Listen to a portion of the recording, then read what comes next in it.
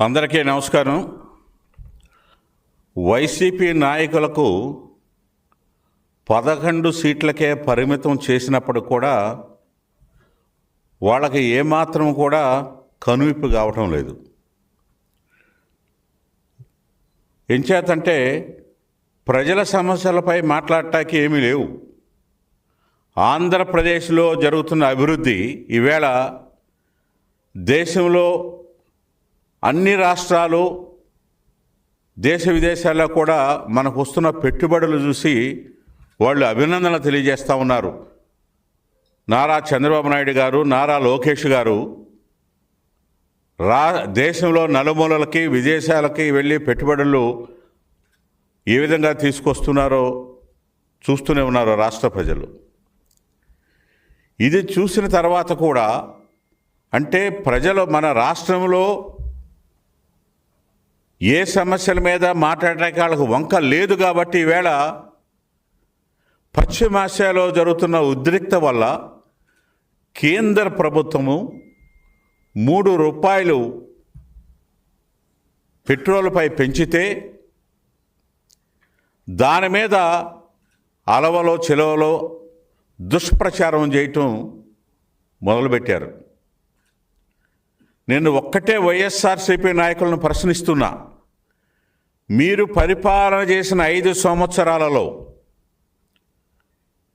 కేంద్ర ప్రభుత్వం ఏదైతే ఆ రోజు కరోనా తర్వాత ప్రజలకు కొంత వెసులుబాటు కల్పించాలని పెట్రోలుపై ₹5, డీజిల్పై ₹10 తగ్గిస్తే రాష్ట్ర ప్రభుత్వం పరిపాలన చేస్తూ ముఖ్యమంత్రిగా జగన్మోహన్ రెడ్డి గారు ఆ రోజు 31%, అంటే భారతదేశంలో అన్ని రాష్ట్రాలు తగ్గిస్తే మీరు తగ్గించకుండా ప్రజలపై భారం మోపిన వైఎస్ఆర్సీపీ నాయకులు ఆ రోజు డీజిల్ పెట్రోల్ కొనాలంటే పక్క రాష్ట్రాలకు వెళ్ళి డీజిల్ కొట్టించుకునే పరిస్థితి మీ యొక్క పరిపాలన ఉంది. జగన్మోహన్ రెడ్డి మర్చిపోయారా? అదే కాదు, ఆ రోజు మీరు ఏ విధంగా ప్రతిపక్షంగా ఉన్న మేము ప్రజల పక్షానుంటే మీరు ప్రగల్భాలు పలికారో ఒక్కసారి చూడండి, వీడియోలో మీరే చూస్తారు. 115, 16, 17 రూపాయల దాకా పెట్రోల్ని తీసుకెళ్లినటువంటి గనులు ఇవాళ వారు రోడ్ల మీదకు వస్తాం, ఆంధ్రప్రదేశ్ ప్రభుత్వం తగ్గించుకోవాలి రేటు అని చెప్పని ఉత్తర కుమార్ ప్రగల్భాలు పలకటం చూస్తుంటే అసలు రాజకీయ నాయకులకి మీకు నిజంగా నిజాయితీ ఉంటే, మీలో రాజకీయ నిబద్ధత ఉంటే నార్త్ బ్లాక్ దగ్గరికి వెళ్ళి పార్లమెంట్ ముందుకెళ్ళి ధర్నా చేయండి, అక్కడ మైకి పెట్టి వినిపించండి, మరొక 20-25 రూపాయలు తగ్గించమని చెప్పనే అడగండి, మోడీ గారిని అడగండి. ఏం మాట్లాడారు ఇవాళ? అంటే మీరా మాట్లాడేది ఈవేళ ఈ యొక్క పెట్రోలు డీజిల్ ధరల పెరుగుదల గురించి? ఆ రోజు మీరేం అంటే ఏంటి? ప్రజలను తప్పుదోవ పట్టించడంలో మాట. అంటే రోజుకొక ఈ 2 సంవత్సరాల్లో 700 అబద్ధాలు చెప్పారు. రోజుకొక అబద్ధం, వారానికి ఒక కుట్ర. ఇది మీ యొక్క సంస్కృతి. రాజకీయాలు, నీతివంతమైన రాజకీయాలు, వాటి గురించి మీరా మాట్లాడేది? ముఖ్యంగా వైఎస్ఆర్సీపీ నాయకులకి అంటే 11 సీట్లకే పరిమితమైనప్పటికి కూడా వాళ్ళకి ఏమాత్రం కూడా కనువిప్పు కలగటం ప్రజా సమస్యల మీద స్పందించడానికి ప్రజా ఇష్యూస్ లేవు కాబట్టి దుష్ప్రచారం చేయటం, అబద్ధాలనే ప్రచారం చేయటం. ఇప్పటిదాకా మీరు అనేక అంశాల మీద ప్రజలను తప్పుదోవ పట్టించారు. అంటే రాజధాని నిర్మాణంతో మొదలు పెడితే ఆ రోజు భ్రమరావతి అన్నారు, అదేవిధంగా ప్రపంచ బ్యాంకు అప్పు ఇవ్వొద్దు అని, కట్టడాలు గ్రాఫిక్స్ అని రకరకాల దుష్ప్రచారాలు చేశారు.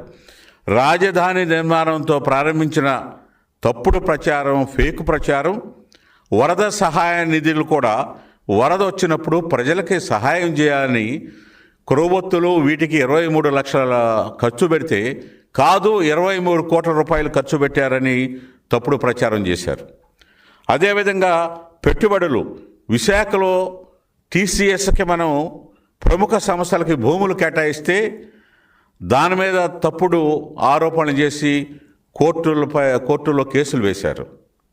అదేవిధంగా స్త్రీశక్తి పథకం ఉచిత పరిధిలో డీలక్స్ ఏసీ బస్సుల్లో ప్రయాణికులు ప్రయాణిస్తుంటే దానికి కార్యకర్తలని ఒక దుష్ప్రచారం చేసి చంద్రబాబు మిమ్మల్ని మోసం చేశాడని ఒక తప్పుడు ప్రచారం చేశారు.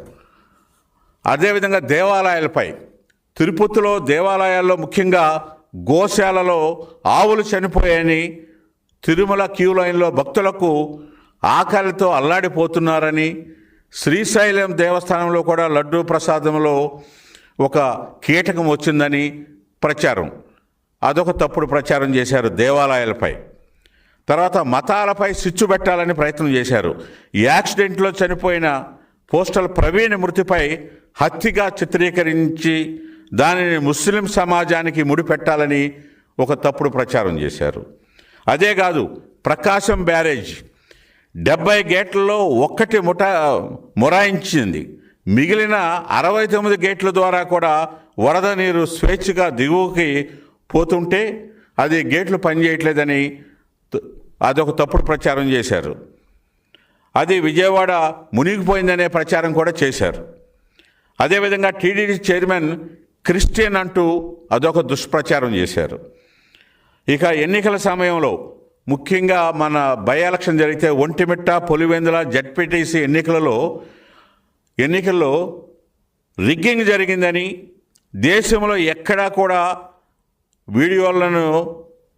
ఎక్కడో జరిగిన వీడియోలను ముడిపెట్టి ఇక్కడ జరిగిందని ఒక దుష్ప్రచారం చేశారు. అంతేకాదు, అన్నదాత సుఖీభవ, రైతుల అకౌంట్స్లో డబ్బులు పడట్లేదనే ఒక ప్రచారం చేశారు. అదేవిధంగా బాబాయిని గొడ్డలిపోటు, సొంత బాబాయిని పాశవికంగా గొడ్డలిపోటుతో చంపి నారాసుర రక్త చరిత్ర అని ప్రచారం చేశారు. అంతటితో ఆగల, పింక్ డైమండ్, లేని పింక్ డైమండ్ని చంద్రబాబు గారి ఇంట్లో ఉందని ఒక దుష్ప్రచారం చేశారు.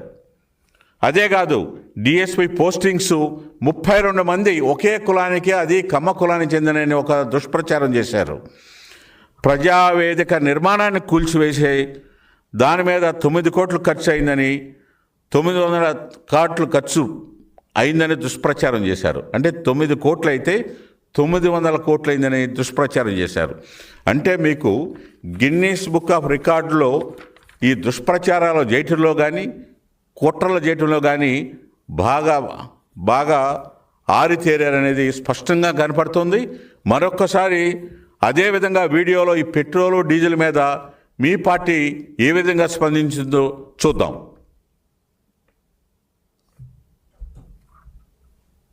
పెట్రోల్ బంకుల దగ్గర, డీజిల్ బంకుల దగ్గర నిరసన చేస్తాడంట. పెట్రోల్ డీజిల్ ధరలు ఒక రాష్ట్ర ముఖ్యమంత్రి తగ్గిస్తాడా? డీజిల్ పెట్రోల్ ధర ప్రధానమంత్రి తగ్గించాలి, కేంద్ర ప్రభుత్వం తగ్గించాలి. నీకు దమ్ము ఉంటే నువ్వు ఢిల్లీ వెళ్ళు, రాష్ట్ర ప్రభుత్వానికి సంబంధం లేనటువంటి ఇష్యూలను టేకప్ చేసి నువ్వు పెట్రోల్ బంకుల దగ్గర నిరసన చేస్తే కేంద్ర ప్రభుత్వాన్ని అడగాల్సినటువంటి కూడా రాష్ట్ర ప్రభుత్వాన్ని అడిగి వాళ్ళ గురించి మాట్లాడక కేసులకు భయపడి దొంగలాగా ఇక్కడెక్కడ తిరుగుతున్నావు అని చెప్పి ఈ రాష్ట్ర ప్రజలకు అర్థమైంది. ఎటువంటి అబద్ధాలు చెప్పినా కూడా ప్రజలు అప్రమత్తంగా ఉన్నారు. చూశారు, వైఎస్ఆర్సీపీ నాయకులు మీరు అధికారంలో ఉన్నప్పుడు పెట్రోలు డీజిల్ ధరలు పెరిగితే కేంద్ర ప్రభుత్వం ప్రజలకి కరోనా సందర్భంగా పెట్రోల్ మీద 5 రూపాయలు, డీజిల్ మీద 10 రూపాయలు తగ్గిస్తే మీరు తగ్గించకుండా ప్రజల మీద భారం మోపితే, ప్రజల పక్షాన మేము స్పందిస్తే మీరు ఎటువంటి భాష వాడారో మీరు చూడండి, మీ సంస్కృతి.